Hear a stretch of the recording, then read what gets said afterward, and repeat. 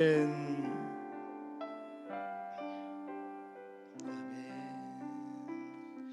오늘 우리에게 주시는 하나님 말씀 보겠습니다. 자, 오늘 우리에게 주시는 하나님 말씀은 사무엘상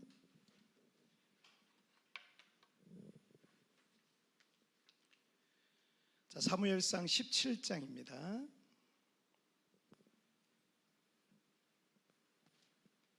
자, 사무엘상 17장 41절부터 50절까지의 말씀. 17장 41절부터 50절까지의 말씀.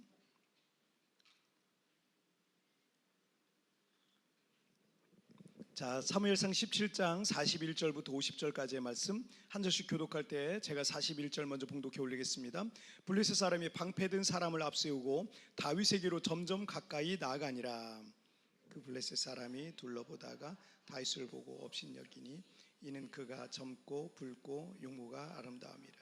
블레셋 사람이 다윗에게 이르되 내가 나를 개로 여기고 막대기를 가지고 내게 나왔느냐 하고 그의 신들의 이름으로 다윗을 저주하고 블레셋 사람이 또 다윗에게 이르되 내게로 오라. 내가 내 살을 공중의 새들과 들짐승들에게 주리라 하는지라. 다윗이 블레셋 사람에게 이르되 너는 칼과 창과 단창으로 내게 나오거니와 나는 만군의 여호와의 이름 곧 내가 모욕하는 이스라엘 군대의 하나님의 이름으로 내게 나아가노라. 오늘 여호와께서 너를 내 손에 넘기시리.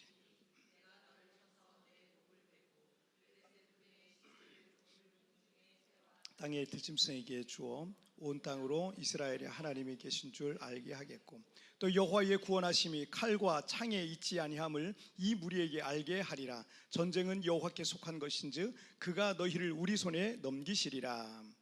사람이 일어난 다윗에게로 마주 가까이 올 때 다윗이 블레셋 사람을 향하여 빨리 달립니다. 손을 주머니에 넣어 돌을 가지고 물매로 던져 블레셋 사람의 이마를 치매 돌이 그의 이마에 박히니 땅에 엎드러지니라. 다윗이 이같이 물매와 돌로 블레셋 사람을 이기고 그를 쳐 죽였으나 자기 손에는 칼이 없었더라. 아멘. 자, 오늘 말씀 제목 읽겠습니다. 시작. 뭘 하든 되는 사람. 다시 한번 시작. 뭘 하든 되는 사람. 우리가 지난 3주간 동안 믿음의 한계를 돌파하라 이런 주제, 그런 주제를 가지고 계속 말씀을 나누고 있어요. 그래서 첫째 주에는 믿음의 한계를 돌파하라. 그리고 둘째 주에는 안 된다가 이제 된다로 바뀌는 그 순간이 어떻게 되는 건지 그런 것에 대해서 우리 좀 나눴고, 세 번째는 나는 왜 안 될까라는 주제를 우리가 좀 살펴봤습니다. 오늘은 뭘 하든 되는 사람이라는 주제를 우리가 좀 살펴볼 텐데, 이 말씀 제목과 같이 우리 모두는 무슨 일을 하든 다 잘 되는 사람이 됐으면 좋겠는 거예요.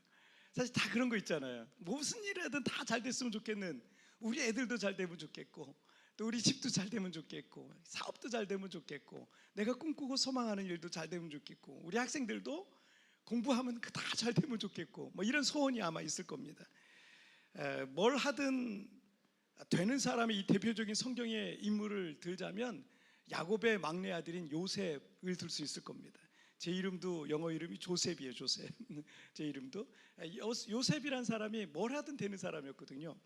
창세기 39장 2절 말씀해 보면 여호와께서 요셉과 함께 하심으로 그가 형통한 자가 되었다라는 말씀이 있고요. 3절에도 그의 주인이 여호와께서 그와 함께 하심을 보며 또 여호와께서 그의 범사에 형통하게 하심을 보았더라라는 말씀을 통해서도 알 수 있듯이 요셉은 뭘 하든 되는 사람의 대표적인 성경 인물 중에 한 사람입니다.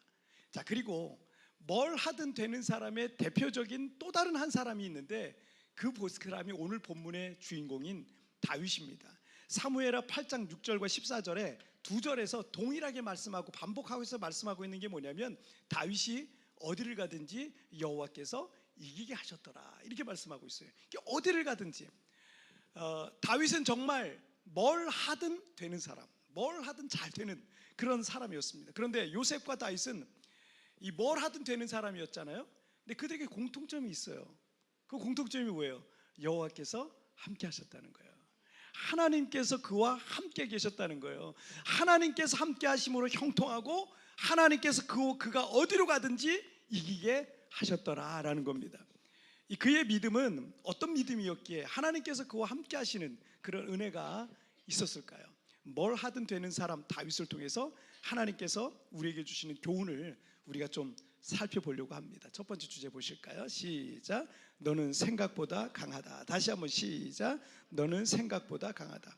이 블레셋은 이 청동기 시대, 다윗이 활동하던 시대는 청동기 시대에서 철기 시대로 넘어가는 그런 시기였어요.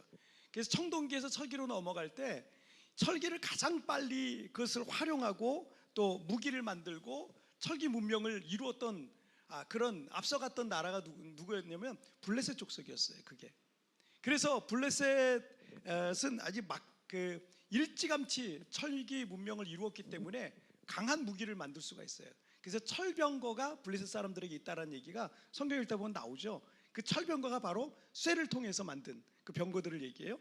자, 그렇기 때문에 광야에서 올라온 당시 이스라엘 백성 60만 명이 올라갔잖아요. 올라갔는데 여호수아 군대 이 가나안 정복 전쟁에서 끝까지 살아남아서 살아남았던 그 나라가 누구냐면 블레셋입니다. 그 블레셋이 지금의 팔레스틴이에요. 지금 이스라엘과 팔레스틴의 전쟁이 아직까지 있죠. 그렇죠? 아직까지 그 전쟁이 있잖아요. 그 남아있는 사람들이 팔레스틴입니다. 그래서 이 블레셋 족속은 역사적으로 오랫동안 이스라엘 족속을 괴롭히고 있는 그런 족속이기도 했습니다. 이스라엘도 왕정 국가를 이루었어요. 사울 왕을 초대왕으로, 이 시대는 사울이 초대왕이었, 첫 번째 왕이었을 때입니다. 하지만 이 강력한 블레셋 군대 앞에서 힘을 쓰지 못할 때가 많았던 거예요. 자, 오늘 본문은 가나안 땅에 오랫동안 거주해왔던 이 블레셋 족속이 이스라엘을 치려고 왔을 때 있었던 엘라 골짜기라는 이 골짜기에서 있었던 전투 사건입니다. 이 시대에도 지금 우리가 살고 있는 이 시대에도 전쟁이 여기저기서 일어나고 있잖아요. 2년 8개월 전에 러시아 우크라이나 전쟁이 있었는데 이게 안 끝나요. 쉽게 끝나지 않아요. 러시아가 세계 최강국 중에 하나인데, 그죠? 넘버 2잖아요. 세계 최강국 중에 하나인데 우크라이나를 못 잡는 거예요. 이 전쟁이 쉽게 끝날 수 있는 게 아닙니다. 전쟁이라는 거는 어떤 전쟁이든 쉽게 끝나지 않아요. 누가 이기든 양쪽 다 많은 사상자와 피해가 있을 수밖에 없는 참혹한 사건이 전쟁이란 거예요. 고대 시대의 전쟁도 마찬가지였습니다. 블레셋 족속도 그 사실을 알기에 이스라엘 군대와 대치한 상태에서 블레셋 최고의 장수인 이 거인 골리앗을 앞세워서 이스라엘을 조롱하고 협박하게 됩니다. 뭐하러 서로 다 이 큰 살상이 일어나는 전쟁을 하냐, 그러지 말고 너희 한 명 나와라, 나도 한 명 나갈게. 그래서 1대1로 우리 붙어보자. 그래서 이기는 사람이 이기는 걸로 하자. 이기는 사람이, 진 사람은 이기는 사람 말 듣게 하자. 뭐 이런 식으로 얘기를 한 거예요. 이렇게 곱게 얘기는 안 했겠죠. 험악하게 얘기했겠죠. 그렇죠. 어쨌든 1대1로 싸워서 전쟁의 결판을 내자. 왜냐하면 너무 많은 사람들이 죽으니까. 그런 얘기예요. 이 고대 시대 가나안 족속 중에는 거인족이 남아 있었습니다. 골리앗은 어려서부터 사람을 죽이는 살인기계처럼 잘 훈련된 거인 장수였습니다. 성경에 의하면 키가 2m 90 정도. 이 기네스북에 나와 있는 건 지금 2m 47cm가 제일 크거든요. 역사 속에 기록되어 있는 2m 47cm가 기네스북에 나와 있는 세계에서 제일 큰 사람이에요. 근데 골리앗은 2m 90이었어요. 2m 90.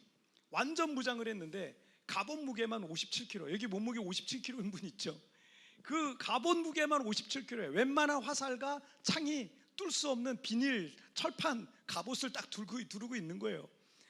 거기에 머리를 보호하는 노투구를 쓰고 있었고, 이 다리 쪽을 보호하는 각반, 노수로 된 이게 각반을 딱 쓰고 있습니다. 창과 방패와 단검까지 다 들고 나왔습니다. 창자로는 배틀채 같다고 소개되어 있어요. 배틀채가 이만하거든요.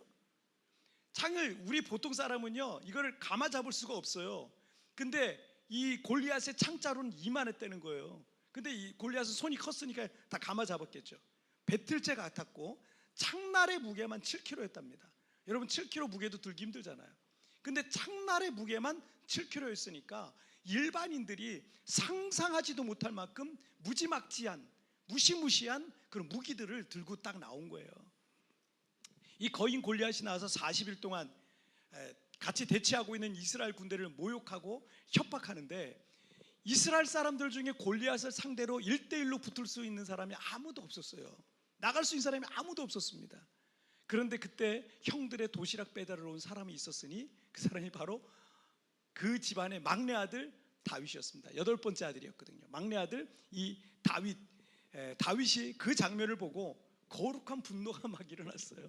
그래서 골리앗과의 이 싸움에 자기가 자원하겠다고 나간 거예요.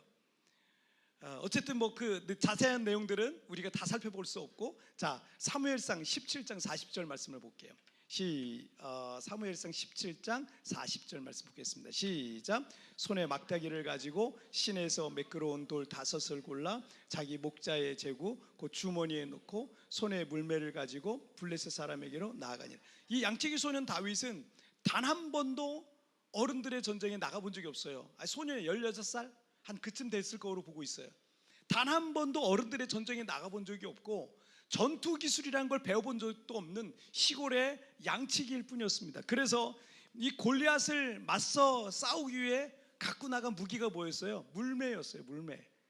돌멩이 5개하고 물매 있죠. 이 물매 돌려가지고 확 던지는 거거든요. 이거 가지고 나갔어요. 이거 가지고 나갔는데, 그리고 양치할 때 쓰는 막대기 하나. 막대기는 왜 가져갔는지 모르겠어요. 뭐 칼, 창이랑은 뭐 상대가 안 되는 건데 그 막대기도 하나 들고 갔어요. 그걸 들고 양칠 때 갖고 있었던 그 무기 같은 거죠. 그걸 똑같이 들고 그냥 골리앗과 싸우겠다고 나간 겁니다. 최근 세계 곳곳에서 일어나는 이 전쟁의 양상도 결국은 어떤 무기를 갖고 있느냐, 이게 참 중요하잖아요. 어떤 무기를 갖고, 우리나라가 요즘 방산 수출국이라 그래서 지난주에 목사님 제자도 거기 그 한화 거기 방산 로켓 만들고 이런 데서 일한다 그러더라고요. 근데 보니까 우리나라가 이거 수출을 뭐 엄청 하는데 우리나라 무기가 엄청나게 좋다 그래요. 그런데 지금 보니까 전 세계의 양상이 어떠냐면 어떤 무기를 갖고 있느냐가 승패를 좌우하는 거야.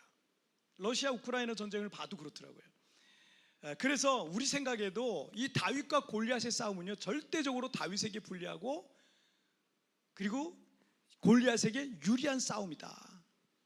그렇죠? 다윗에겐 불리하고 골리앗에겐 유리한 싸움이죠. 싸움이 안 되는 거죠. 때문에 우리가 살아가는 세상에서도 이거는 뭐 우리가 살아갈 때 이건 뭐 자본이 없으면 뭘 못하겠다, 돈이 없으면 뭘 못하겠다, 3포 세대니 5포 세대니 이것저것 다 포기하고 살아야 되는 M포 세대니 뭐 이런 신조어들이 나와 있지 않습니까? 나의 형편과 처지로는 절대 내 인생에서 그 이상의 것을 내가 이룰 수 없기 때문에, 그래서 그 이상의 것을 내가 가질 수 없기 때문에 아예 연애도 포기하고 결혼도 포기하고 임신도 포기하고 출산도 포기하고 주택 구입이고 뭐고 다 포기하며 그냥 하루하루 살겠다는 거예요. 그게 요즘 젊은 세대들의 모습이라 그럽니다. 여러분, 베스트셀러 작가인 아웃라이어로 유명한 그 작가인 말콤 글래드웨일이라는 사람이 있죠. 우리 교회에도 그분 책이 있었던 것 같은데, 그분의 그 책 아웃라이어가 굉장히 유명하잖아요. 근데 이분이 또 그 이후에 쓰신 책이 있는데 다윗과 골리앗, 거인을 이기는 기술이란 책을 썼어요. 지금까지 사람들이 알고 있었고 갖고 있었던 생각을 이 책에서 뒤집고 있어요.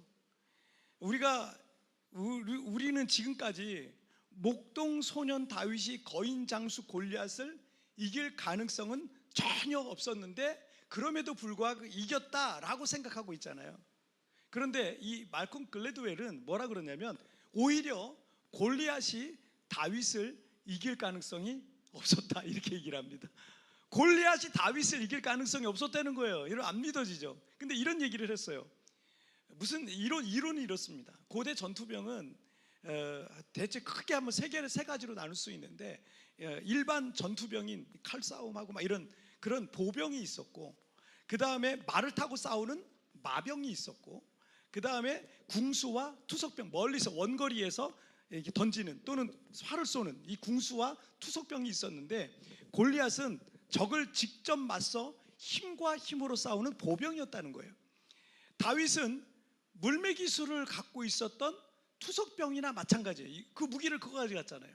비록 이 다윗이 목동 소년에 불과했지만 그가 양을 칠 때 사자와 곰이 와서 양을 잡아가려고 그러면 물매질을 통해서 맹수를 쫓을 정도로 다윗은 굉장히 뛰어난 투석 실력을 갖고 있었다는 거예요. 완전 무장한 이 골리앗과 다윗이 힘과 힘으로, 검으로 창으로 이렇게 1대1로 맞서 싸우면 당연히 다윗이 불리합니다. 하지만 약간의 거리가 떨어져 있을 때 다윗이 비교할 수 없을 정도로 유리해진다는 거예요. 왜냐하면 숙련된 투석병의 경우요, 이 물맷돌로 약 150m에서 180m 떨어진 사람을 맞출 수 있다는 거예요. 엄청난 거리잖아요. 그 거리에서 맞춰서 중상을 입히거나 심지어 죽일 수도 있다는 거예요. 이 원심력을 통해서 이 발사된 이 물맷돌이요, 확 돌리다가 확 던지는데 이 발사된 물맷돌의 속도가 무려 200km 내외입니다. 시속 200km 내외로 엄청나게 빠르게 꽂히는 거예요. 세상에 어떤 투수도 그 정도로 빨리 못 던져요. 근데 그게 확 날아와서 꽂히니까 이거 피할 새가 없이 그냥 맞아버리는 거예요. 특별히 이 다윗과 골리앗은 조금 더 가까운 거리였겠죠. 뭐 150m 이렇게 떨어지진 않았겠죠. 더 가까운 거리에서는 더 정확도가 있었을 겁니다. 이 말콤 글래드웰은 역사학자 로버트 도렌 웬드의 말을 인용하면서 골리앗이 다윗을 이길 가능성은 칼을 든 청동기의 전사가 45구경 자동권총으로 무장한 상대와 맞선 경우와 같았다라고 말했어요. 상대가 아무리 큰 거인이고 힘이 세고 전투기술이 좋다 할지라도 멀리서 총 한 번 빵 쏘면 끝나는 거예요. 아무리 상대가 조건이 좋아도 그냥 빵 한 번 쏘면 그냥 끝나는 거예요. 보병과 투석병은 보병보다는 투석병이 훨씬 유리하다, 이런 이론을 갖고 있는 거죠. 골리앗을 앞세웠던 모든 블레셋 족속도, 그리고 그 거인 장수 골리앗의 위험에 눌려서 벌벌 떨던 이스라엘 족속도 모두 다 어떤 생각이냐, 무기가 좋아야 돼, 돈이 많아야 돼, 힘이 세야 돼, 전투 기술이 좋아야 돼, 뭐 이게 좋아야 돼, 이게 좋아야 돼, 그래야 승산이 있어 라고 생각을 했던 거예요. 그래서 자신에게 있는 무기와 힘은 약하다고, 그래서 승산이 없다고, 그래서 못 나갔었던 거예요, 그동안. 하지만 이 말콤 글래드웰의 아이디어처럼 뒤집어 생각해 보면 나는 생각보다 좋은 조건을 갖고 있는 거야. 나는 생각보다 더 강한 거예요. 나에게 있는 단점이 전부라고 생각하지 마세요. 나의 단점이 장점이 될 수 있고요, 나의 약점이 나의 가장 강력한 무기가 될 수도 있습니다. 다만 그것을 내가 어떻게 바라보고 어떻게 사용하느냐에 따라서 나의 약점이 강점이 되기도 하고요, 나의 장점이 단점이 돼버리기도 하는 거예요. 세상에 많은 사람들이 살아가고 있지만 약점을 강점으로 만드는 사람들이 있고, 단점을 장점으로 변화시키는 사람들이 있고, 위기를 기회로 만드는 사람들이 있는 것입니다. 그런 사람들이 뭘 하든 잘 되는 사람들입니다. 여러분, 불평하지 마세요. 원망하지 마세요. 남 탓, 환경 탓, 능력 탓, 조건 탓, 심지어 출신 탓 같은 것도 하지 마십시오. 남 탓이나 환경 탓하는 사람 치고 성공하는 사람 제가 못 봤습니다. 믿음의 사람들은 절대 약하지 않습니다. 믿음의 사람들은 절대 포기하지 않습니다. 믿음의 사람들은 나를 믿는 게 아니라 전능하신 하나님을 신뢰하는 것입니다. 믿음의 사람들은 무엇인가를 탓하기 전에 기도합니다. 기도의 자리로 들어갑니다. 그리고 그 광야에서 꽃을 피워내는 겁니다. 그런 사람들이 뭘 하든 잘 되는 사람들인 것입니다. 자, 우리 두 번째 주제 보실까요? 시작. 믿음으로 환경을 지배하라. 다시 한번 시작. 믿음으로 환경을 지배하라. 자, 뭘 하든 되는 사람의 되는 첫 번째 조건이 뭐예요? 너는 생각보다 강하다라는 거예요. 관점과 가치의 변화가 내게 정말 중요하다는 얘기죠. 그런 가치와 관점을 갖고 있는 사람은 조건이 안 좋아도, 세상적인 기준으로 보면 내가 약하고 부족해 보여도, 약점 투성이어도 그것을 강점으로 만들고 위기를 기회로 만드는 사람이 될 수 있기 때문에 그렇습니다. 그러니 이런 사람은 뭘 하든 잘 되는 사람이 될 수 있는 겁니다. 두 번째 조건은 믿음으로 환경을 지배하라는 거야. 믿음으로 환경을 지배하라. 45절 말씀 보실까요? 시작. 다윗이 블레셋 사람에게 이르되 너는 칼과 창과 단창으로 내게 나가오거니와 나는 만군의 여호와의 이름 곧 내가 모욕하는 이스라엘 군대 하나님의 이름으로 내게 나아가노라. 이 모든 문제와 환경을 바라보는 우리의 관점이 바뀌고 가치가 달라지려면 믿음이라는 게 필요한 거야. 믿음이란 것은 살아계신 하나님과 그분의 능력을 신뢰하는 것을 말합니다. 때문에 믿음이 있는 사람은 내 능력이 아니라 하나님의 능력을 전제하면서 그 상황과 환경과 문제를 바라보기 시작하는 거예요. 내 능력으로 보는 게 아니에요. 나의 관점으로 보는 게 아니라 하나님의 관점을 가지고 그 문제와 상황과 그 모든 것들을 지금 바라보고 있다는 얘기예요. 그래서 우리는 하나님의 눈으로 문제를 바라봐야 됩니다. 그 환경과 상황을 하나님의 눈으로 바라보기 시작해야 되는 겁니다. 다윗이 골리앗을 바라보니까 다윗이 이 골리앗이 큰 창을 하나, 이 배틀채 같은 창, 어마어마한 창을 들고 나와요. 방패를 든 사람이 앞에서 방패를 들고 막 이 앞에 방패만 드는 사람이 따로 있었거든요. 방패를 들고 막 나와요. 그 뒤에는 큰 단창이 꽂혀 있어요. 그리고 투구를 쓰고 있고 57kg에 이르는 어마어마한 무게, 여러분 57kg 들기도 힘든데 그걸 몸에 다 감싸고 이렇게 각반을 다리에도 그냥 쇠로 그냥 각반을 다 해놓고서 보호하려고 이렇게 어그적 걸어 나와요. 다윗이 하나님의 관점으로 딱 보니까 한심해 보이는 거예요. 너무 느려 터진 거예요. 그걸 보고 하나님의 관점으로 보면 그게 아무것도 아닌 거예요. 아무것도 아닌 거예요. 오히려 웃겨 보이는 거예요. 골리앗은 소년 다윗과 싸우려고 나올지 모르지만 다윗은 하나님께서 대신 싸워주실 것을 믿고 있는 거예요. 그러니 골리앗이 큰 창과 칼을 휘둘러 본다 할지라도 하늘의 하나님 만군의 여호와 앞에, 여러분 그게 얼마나 보잘것없어 보이겠어요. 하나님께서 쏙 내려보실 때 그 얼마나 보잘것없어 보이겠어요. 여러분, 자기 속에 뭐가 없는 사람이 자꾸 겉모양을 치장하려고 그러는 거예요. 이 속에 뭐가 있는 사람은요, 자기 자랑할 필요도 없고요, 뭘 대단한 걸로 휘감을 필요도 하나도 없어요. 속에 뭐가 없으니까 자꾸 그런 걸로 나를 자꾸 보여주려고 그러는데, 여러분 그럴 필요 없어요. 여러분, 하나님 앞에 인간 중 아무리 대단한 인물이라 할지라도 벌레와 같고 먼지와 같지 않겠습니까? 하나님의 관점으로 세상을 보고 하나님의 관점으로 사람을 보기 시작해야 됩니다. 하나님의 관점으로 문제와 상황을 바라보기 시작해야 되는 거예요. 제가 예수님을 믿기 전에 모든 게 불만족스러웠고 부정적이고 비관적인 마음이 저를 지배하고 있었습니다.